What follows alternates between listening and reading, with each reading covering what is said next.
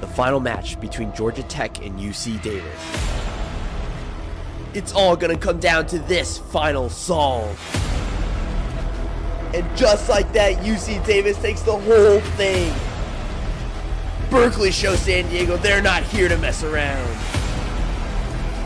And Andrew takes that solve from Hamza. What a match.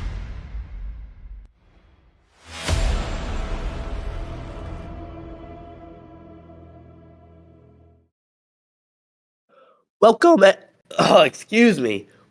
everybody to this final semi-final matchup of the Collegiate Cubing Championships. We are super excited to bring you today number 2 UC Berkeley taking on number 3 Ohio State in this super close matchup for that final spot in our finals matchup to face off against the terrifying number 1 UW-Madison. We are super excited to bring you guys this matchup this afternoon. My name is Barton Albright, and I'll be your host this afternoon. And we just did a coin flip a little while ago, and we got tails, which means that number 3 Ohio State will be getting things kicked off for us.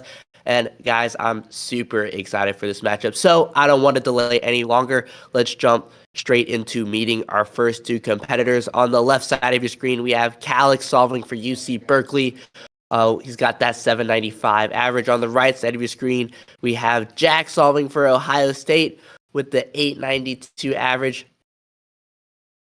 So you can see, got about a second between these 2 solvers. Not too much of a difference, but this is going to be our biggest difference between 2 competitors this entire matchup. And in fact, they'll be getting much, much closer as we continue on. But just to remind you guys, we'll be doing a best of 3 sets with each set as a head-to-head matchup of a best of 7 solves. So the first team to win 2 sets will win this matchup and move on to the Collegiate Cubing Championship Finals. So a lot at stake right now, and Ohio State gonna have that uphill battle.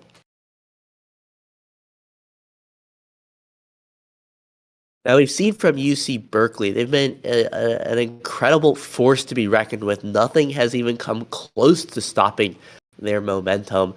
I believe they've swept every single team they've played so far, very easily, no questions asked.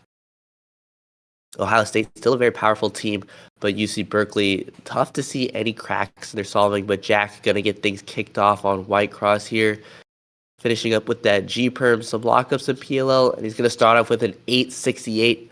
So not too bad of a start, but definitely leaves a door open for Calix there.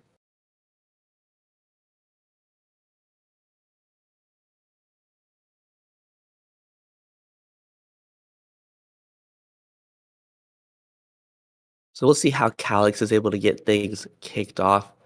We've seen one of the notable things I've seen from UC Berkeley is just how consistent they are in their solving. I mean, a lot of these faster teams are just remarkably consistent, but especially UW-Madison and UC Berkeley are extremely consistent. Calix finishing up, got a 7.13 to start off with Calix, and he's going to easily take that first solve for UC Berkeley, get them up on the board early. So both solvers went with white crosshair, and maybe you could see they had that free red, and I think it was green pair there. So maybe similar solutions.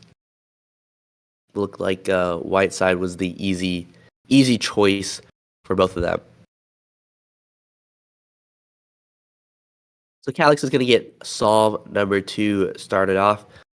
We'll see what he's able to do. Probably looking to maintain this low 7 sort of ideas here. But we'll see what he's able to do. Calix going in with white cross again.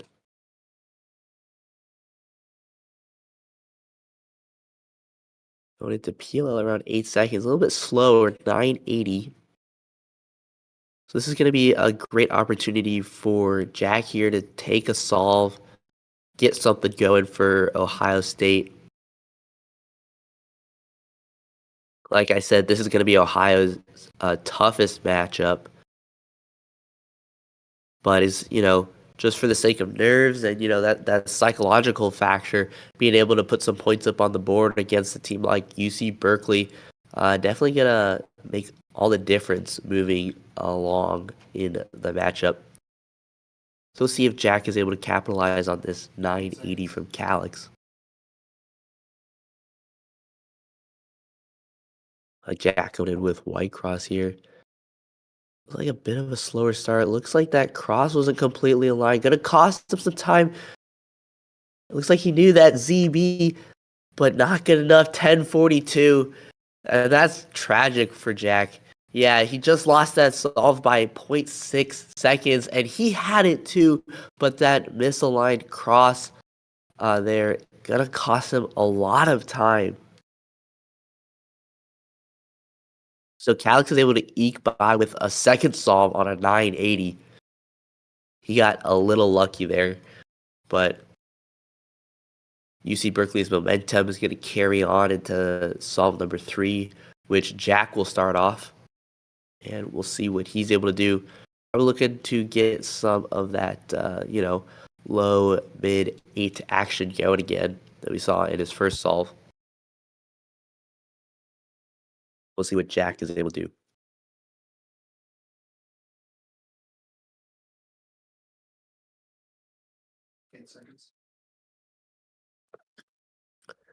Jack going in with yellow cross here. Fairly smooth F2L. Going into PLL around 8 seconds. Drops the cube, execution error at the end. 1285, clearly lots of frustration there. So a little bit of nerves peeking through at the beginning of the solve as well. I mean, both teams should know just how much is at stake here. Their whole season ends at the semifinals with a loss in this matchup.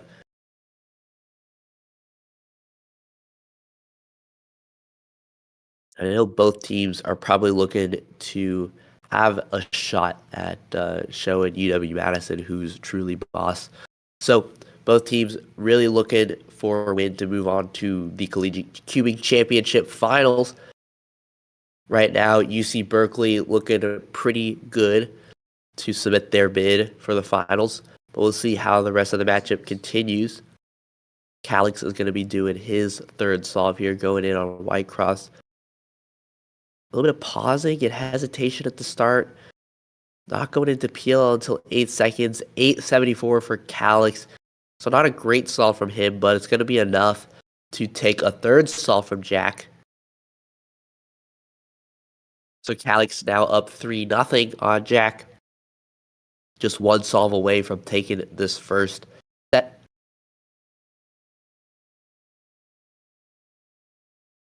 You know, like I've always been saying, it's really important for teams to take that first set, gives them a lot of momentum, you know, really relaxes the nerves of the next couple of solvers. But here, you know, I think the nerves are gonna stay pretty high moving forward.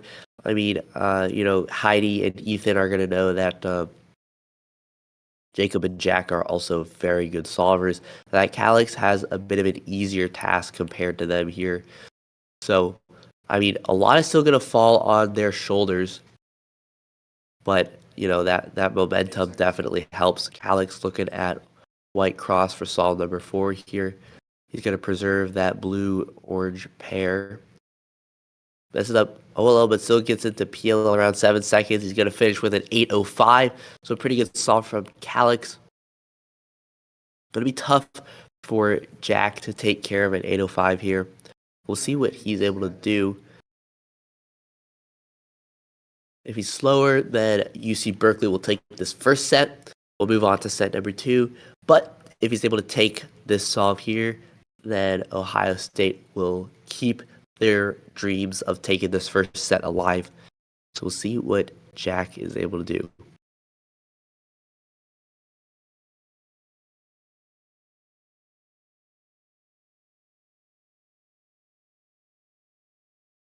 I believe Calix went in with White Cross.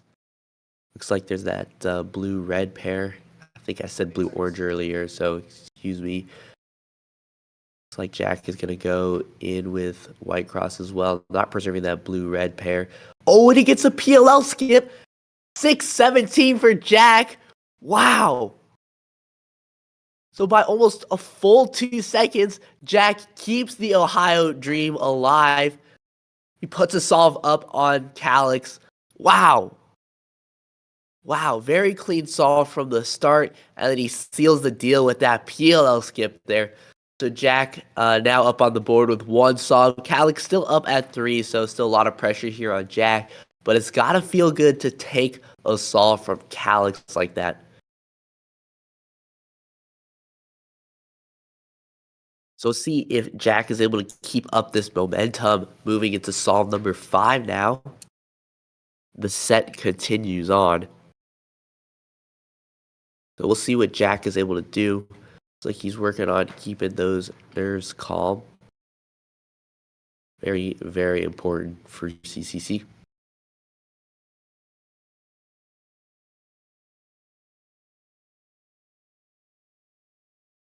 Again, Jack is looking at White Cross.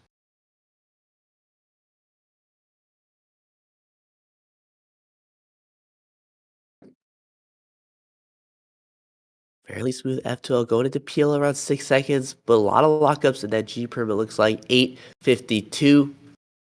Definitely could have been a little bit faster, and I think he knows that. But still a pretty great solve. Leaves the door open for Calix, though, of Calix's pass forward solves. 2 of them would have been fast enough to beat that 8.52. We know Calix is a very strong solver. And so 8.52, not definitive by any stretch of the imagination, but definitely puts some pressure on Calix. So we'll see what Calix pulls out here. Calix also looks like he's looking at White Cross there.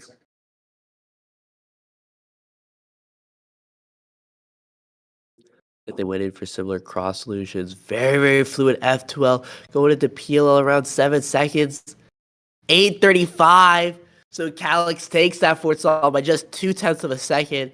Jack putting up a strong, strong fight here, especially with that 6:17 in solve number 4 to keep the dream alive. But Calix coming back with an 8:35 on Jack's 8:52. So UC Berkeley takes that first set fairly handily. Let's take one quick look at this set before we move on. 7:13 to get things kicked off for Calix. 8:68 for Jack.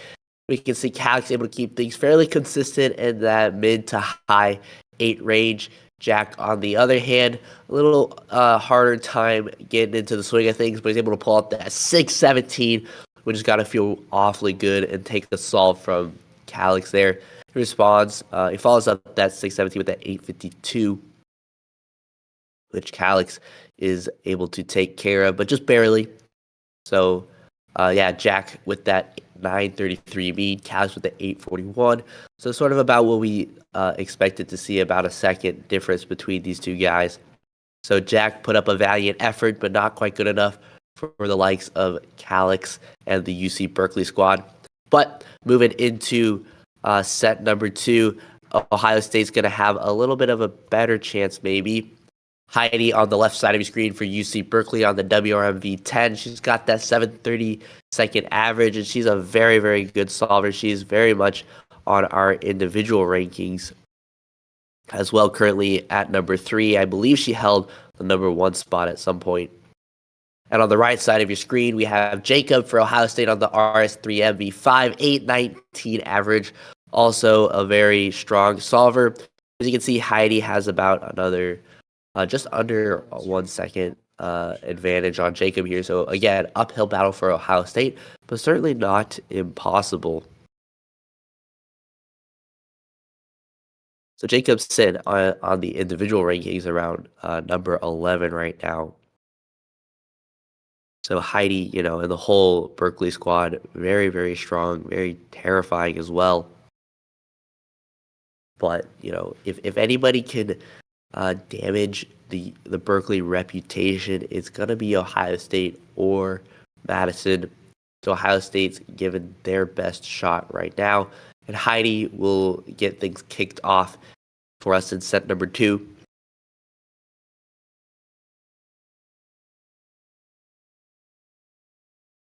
So we'll see what she's able to pull out here. Looks like she's going in with white cross. Very quick, very fluid F2L, moving into peel around 7 seconds, 8:08. So not a bad solve to start off with, but definitely leaves Jacob some room to work with here.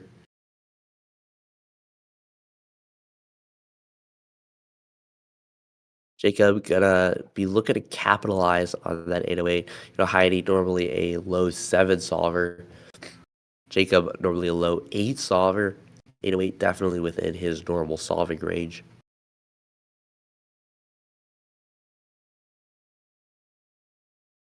Jacob going in with yellow cross here. Also very quick fluid F2L, but lockups up Pila going into, excuse me. 794 for Jacob, so he's able to take that first solve for Ohio State. Jacob 1 solve, Heidi no solves so far. Very, very good news, very good sign for Jacob. That's really what you gotta be looking for in a situation like this when you're Ohio State. You got a very, very strong team here. 730 is a very good average. That's gonna be tough for anybody to take care of. But in moments like these where maybe they slip up a little bit, get a couple extra lockups, maybe do one too many unnecessary cube rotations or something like that. You got to be able to step in there, take control of your nerves, and take a solve like an 808. And Jacob's able to deliver by just 1/10 of a second, but it doesn't matter. He takes that first solve. So very, very good for Ohio State in a tough situation like this. Jacob now going to be starting off, going in with white cross again. Some lockups in F2L, not quite as smooth as before. He's going to get an 844.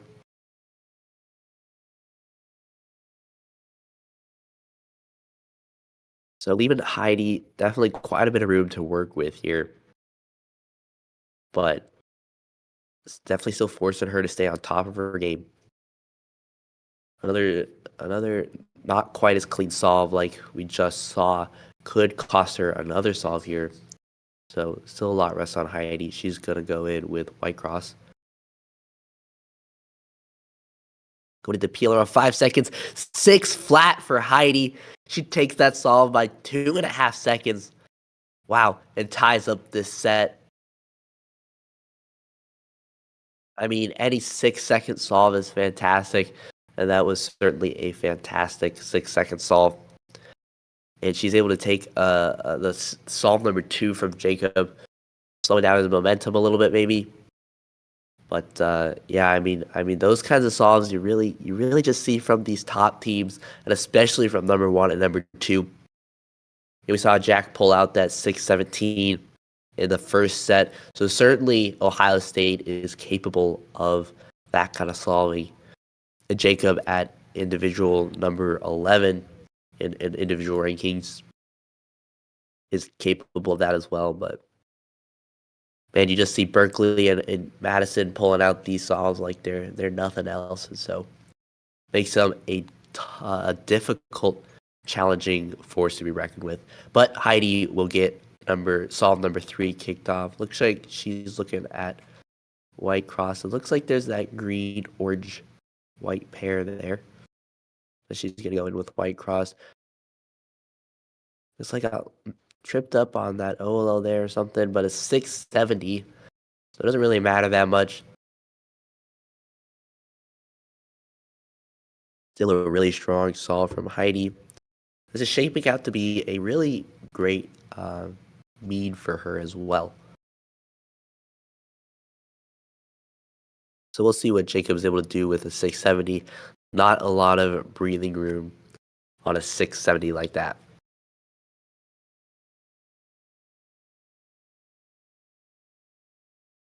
Jacob going in with white cross as well. Also very smooth F2L. Oh, a very good solve. Looks like that was a 680. Yeah, that's going to be a 680 from Jacob. So a really, really fantastic response to it, but just barely Heidi is able to win that solve out by just 1/10 of a second. So, I mean, Jacob certainly responded and lived up to the expectations there. Like I was saying, not a lot of breathing room on a 6-7 like that. 680 still a fantastic solve from Jacob, but just not quite enough to take down a 670.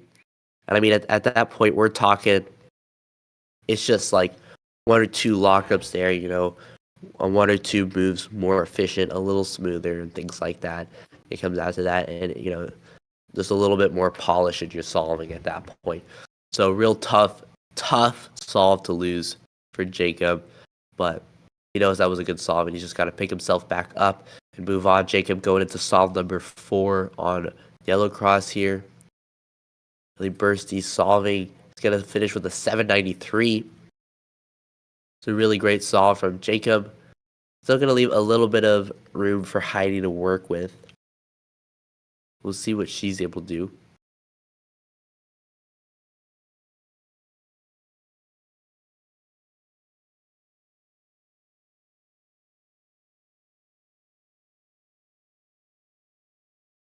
All right, Heidi moving into solve number 4 now. Looking to respond to Jacob's 793. Like Heidi's looking at white cross here. That's what she's going to go with. Incredibly smooth and fluid turning. Going into PLL 769. So still a great solve from Jacob with that 793, but Heidi able to follow that up with a 769. And this has got to be torture for Jacob at this point. Just 0.3 of a second. These are incredibly close solves, and Jacob knows he needs to take some of these to give Ohio State a chance to move on to the finals. And you can see their hopes and dreams slipping away so quickly. Now Heidi just one solve away from taking the set. I mean, you can't blame it on Jacob. These are fantastic solves, and Jacob's not losing them by that much. Right, there was just solve number 2 where Jacob lost it by 2.5 seconds, but to a 6-second solve. But then after that, Jacob just loses to 670 by a tenth of a second, and now a 769 by just almost 2/10 of a second. So we'll see what Heidi's able to pull out and solve number 5 here. 613 for Heidi in solve number 5. Talk about not leaving your opponent very much breathing room here. I mean, that's just going to be tough. You're looking at pulling out a sub 6 here. That's tough for anybody to do. So we'll see if Jacob is able to make something happen here. But that's about as close to definitive solve as you can get from Heidi to put the nail in the coffin in set number 2. But I don't want to speak too soon. We'll see what Jacob's able to do. Looks like he's taking a good look at white cross here. There was that one free pair there at the bottom in the white layer. So we'll see what he does with that. Lockups in PLL. F2L, lockups in OLL, lockups in PLL. Looks like nerves. 818. Looks like those were nerves just playing every step of the solve. He knew how much rested on that, and he was not able to deliver to 613. I mean, you can't blame him. That's a really fantastic solve. But Heidi able to take 4 solves for UC Berkeley, makes them 2 sets, 1 to Ohio State's no sets 1, which means Berkeley will move on to the CCC finals, and Ohio State will move on to our consolation match. But we'll still play out set number 3 just so everybody has a chance to solve. And I think it's going to be our closest set yet. But let's take one quick look at this set. You see Heidi pulling out a sub 7 mean here. And you can see she's got 2 counting 6s, a 6.7 and 6.13. She's only got that one high 7 and that 8-second solve. Jacob, on the other hand, you can see just how close he is to taking solve number 3 and solve number 4 there, but just not able to round off the set like we saw with those 2 solves. And so Heidi's able to take set number 2 for UC Berkeley. But let's move on to set number 3 here. On the left side of the screen for UC Berkeley, we have Ethan solving on the WRMV 10, 711 average.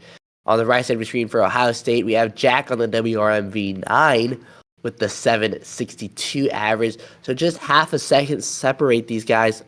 It's going to be a close one. But we'll see if Jack is able to restore a little bit of dignity to Ohio State here.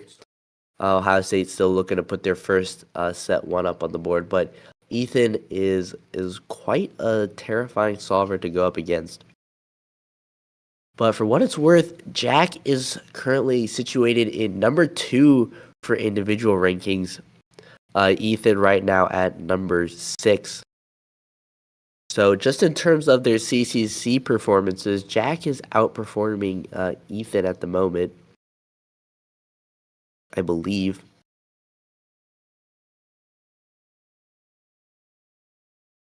But, considering some of Ethan's solving in WCA comps and other things like that, he does appear to be, on aggregate, a faster solver.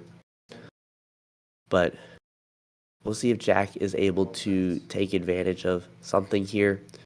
Looks like he's going in with blue cross here, first color neutral solve of the day. Very bursty solving, but looks like it's going to cost him some time here. Lockups going into PLL 878. Not a great start for Jack. Gives Ethan a lot of breathing room in taking this first solve and setting the tone for this first set, or excuse me, this last set.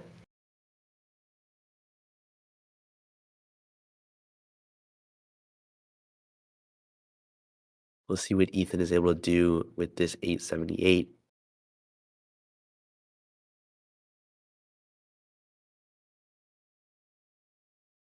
Ethan going in with white cross, so slightly different solution. See, started off with very smooth turning, going in with that ZB. I think 720 from Ethan. So Ethan solving closer to his normal average, able to take that first solve from Jack. Now it's going to be imperative on Jack to shake off those nerves, shake off that first solve, and move on to solve number 2. Not worried about anything. He knows he can take a couple solves from Ethan and put some pressure on him and have a shot at winning this final set. I mean, Ethan, fantastic solver. No way of getting around that.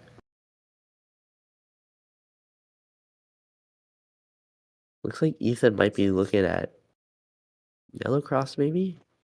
Looks like he's going in with blue cross. Very controlled turning. And 589. That smooth, controlled turning gonna pay off big time here with the 589. I mean, I don't know how much there is you can do to a 589 other than just solve fast and solve well. So we'll see if Jack is able to do that. We'll see if he also goes in with blue cross. It looks like that's what he's looking at.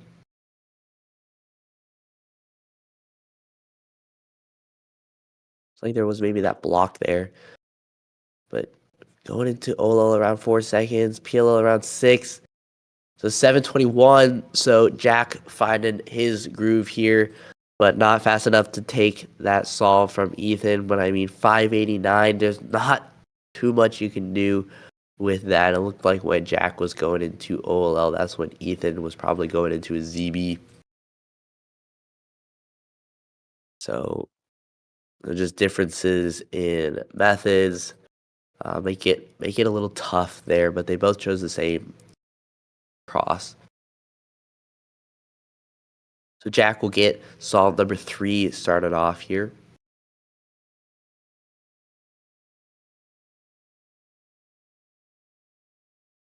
Let's see what he's able to do. Like he's gonna go in with red cross here. Going to peel around 5 seconds, but lockups at the end. Looks like timer reset. So wait for our judges to determine what we're going to do about that. I think it may be a re-scramble. We'll wait for the final judges saying.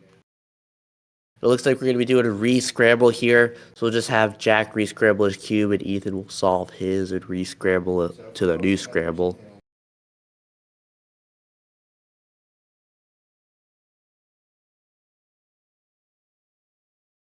So we'll take a second to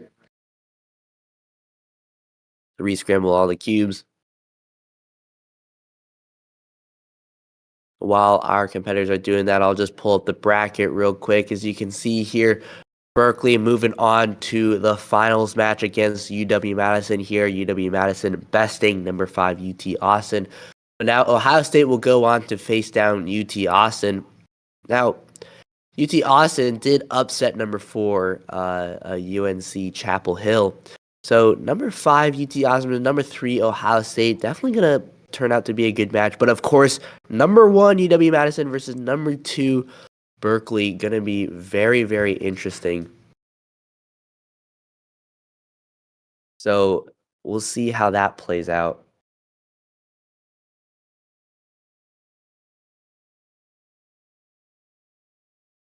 Jack's going to get us restarted. So it looks like our cubes are fully re-scrambled now. So we should be able to go into solve number 3 again.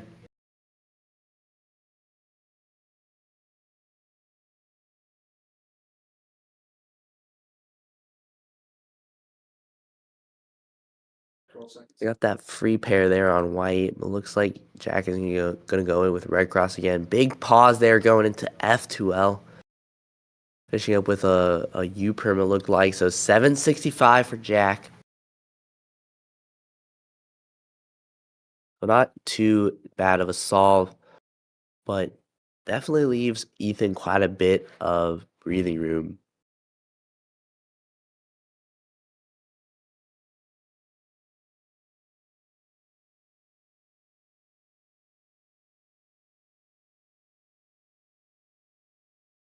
We'll see what Ethan is able to do on a 765. Ethan going in with green cross here instead. Very smooth, controlled turning. Finishing off with that ZB 735. So he takes that solve but by only 0.3 of a second. Which is interesting. Jack had that more rapid, bursty sort of turning style.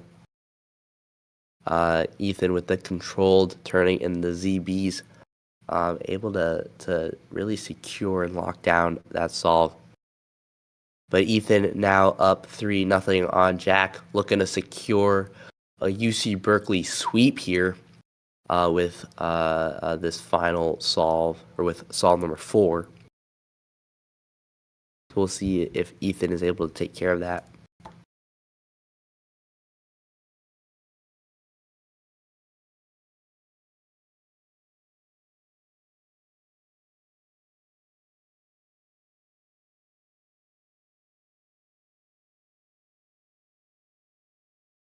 Ethan looks like he might be looking at blue cross here. 8 seconds. 12 seconds. Looks like he's going to go in with blue cross. A little bit faster turning, looks like. Going into ZB around 5 seconds, 6.79. So a very good fourth solve for Ethan. Going to be tough for Jack to respond to that. Definitely possible, but I mean tough for sure.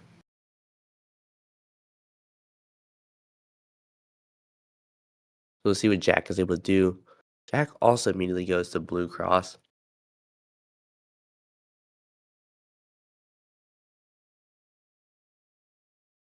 A little bit faster turning.